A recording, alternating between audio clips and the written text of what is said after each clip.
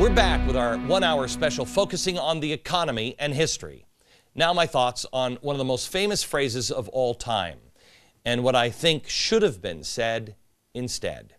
Let me put my firm belief that the only thing we have to fear is fear itself. You know, that is a fabulous soundbite, and for about 60 years we've revered that statement for some reason. I don't really, maybe because we thought that the New Deal was the solution. Basically, he's saying what Barack Obama has just said, quote, we're hardwired not to always think clearly when we're scared, and the country's scared. Well, how does either statement help us? They don't.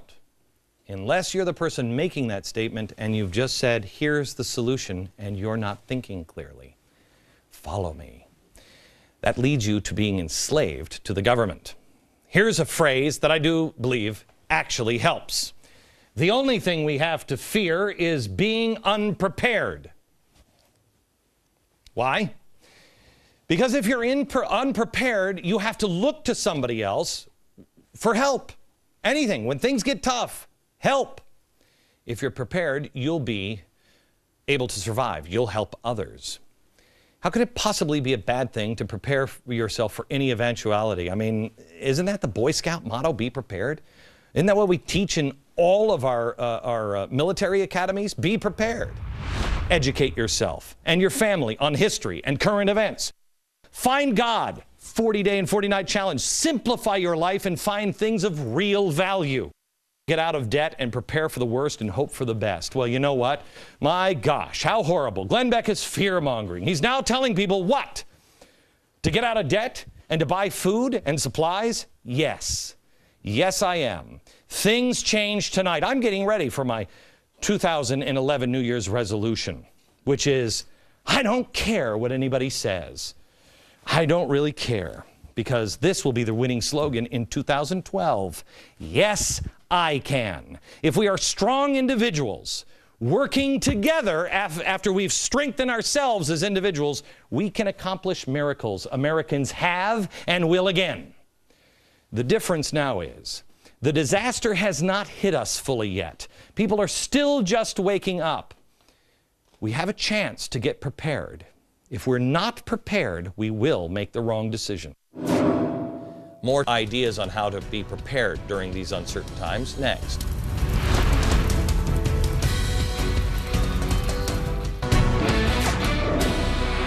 I told you in the last segment about things we could do to prepare for what else might be headed our way. But here are a few more ideas that I'd like you to mull over. When I say be prepared for the things that are coming as a result of all these progressive Republican and Democratic policies, I'm called a fearmonger. Well, it doesn't address whether or not those things are happening. They can call me whatever they want. I don't care. Here is what is coming. Inflation, higher interest rates, higher energy prices, higher food prices. So prepare. I'll say it again. The only thing we have to fear is fear itself. That was a nice sounding slogan, but what does that even mean? Nothing. The only thing we have to fear is being unprepared. When you're prepared, you don't fear. But more and more propaganda is coming in the days and weeks ahead because they're intentionally putting us into a pressure cooker. They are intentionally putting us here. And the more things heat up and get out of control, the more the government will be forced to clamp down. If you watch Star Wars, they're already telling you things that are not true. Like deflation is coming, not inflation. Well, that might be true in the housing market, but have you gone to the grocery store? We can see that with our own eyes. Go to the grocery store. Pump the gas. Notice the price. Has it gone up? Why has it gone up? Inflation. They're deflating. They are collapsing the dollar in a controlled way. You can see these things are not true. Now, here's what I believe, that people are waking up in waves. The first wave happened really with the Tea Party, happened about 1.5 years ago. But I sense another wave of people waking up is coming.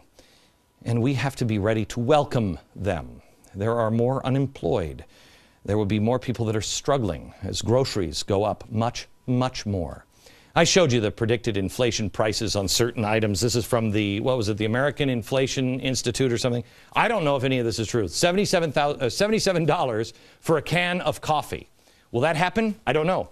We called several experts to verify. You think this is true? They said no, they don't think that's true because they just think people won't have any money to be able to afford $77 coffee. So it might stop at $40, but nobody will be able to buy it.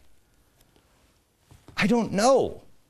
I just do know that everything in your grocery store and at the gas pump will cost more soon. So what to do? Have faith. Have hope in the truth and charity in your heart. You must be a shelter for others. Just like when George Soros was growing up in Hungary, there were those hostile forces inside of the government and outside of the government. You must be a shelter for others. You can't panic. I've told you before about the Titanic. When the ship hit that iceberg, many of the passengers stayed in their cabins. Well, pretty soon, the water was coming up into their rooms. I don't think this is actual footage of the Titanic, but water started coming into their rooms. Before they knew it, it was up to their ankles. Then it was waist high. That is what's happening to America. And as it goes up floor by floor, as this thing starts to, more people come out onto the deck. More people will begin to wake up. You have to be educated so you can quickly educate them and then help them while they are freaking out. You won't be panicking because you're not a fearmonger. I'm not a fearmonger. We're just the ones being prepared. Final thoughts next.